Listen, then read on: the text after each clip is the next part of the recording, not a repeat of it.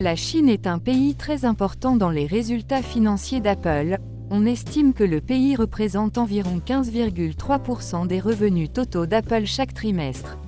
Les investisseurs et analystes sont nombreux à observer les tendances sur le marché chinois, c'est à chaque fois une indication fiable de la tendance mondiale. En 2022, un rapport affirme que l'iPhone 13 a été en tête des ventes de smartphones dans le pays, une belle victoire pour Apple. L'iPhone 13 a cartonné en Chine. Un rayon de soleil pour les ventes d'iPhone, voici comment on pourrait parler de l'iPhone 13 sur le marché chinois en 2022. Un récent rapport de Counterpoint Research assure que le smartphone haut de gamme d'Apple a été le plus vendu sur la totalité de l'année dernière en Chine.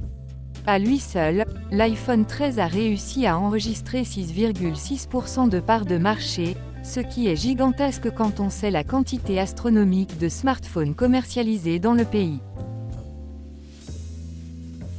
La bonne nouvelle pour Apple, c'est que le classement des meilleures ventes de smartphones en Chine continue en deuxième position avec l'iPhone 13 Pro Max, 2,2%, puis en troisième place avec l'iPhone 13 Pro, 1,9%. Le premier smartphone concurrent le plus populaire se trouve à la quatrième position.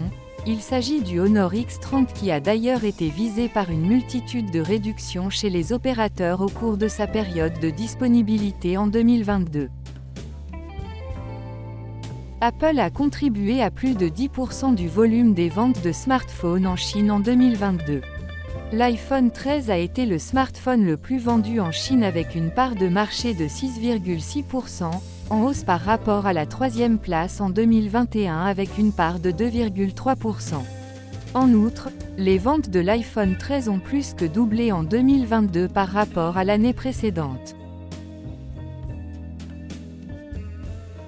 Comment expliquer une telle performance ? C'est simple, l'iPhone 13 a su répondre aux exigences des clients Apple, il a apporté plusieurs innovations majeures comparées à l'iPhone 12 lancé en 2021, on pense par exemple à la puce A15 Bionic, au mode cinématique pour l'enregistrement de vidéos, à la prise en charge de la double eSIM. Des nouveautés qui n'étaient pas très attendues, mais qui ont su peser dans la balance au moment de l'achat. Ajoutons à cela un iPhone 14 décevant. Beaucoup de personnes dans le monde n'ont pas compris l'intérêt d'investir dans un iPhone 14 quand l'iPhone 13 est quasiment identique au niveau des caractéristiques et fonctionnalités.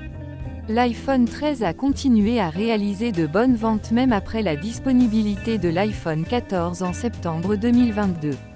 Les ventes n'ont pas diminué et sont restées en forme pendant la période des fêtes de fin d'année.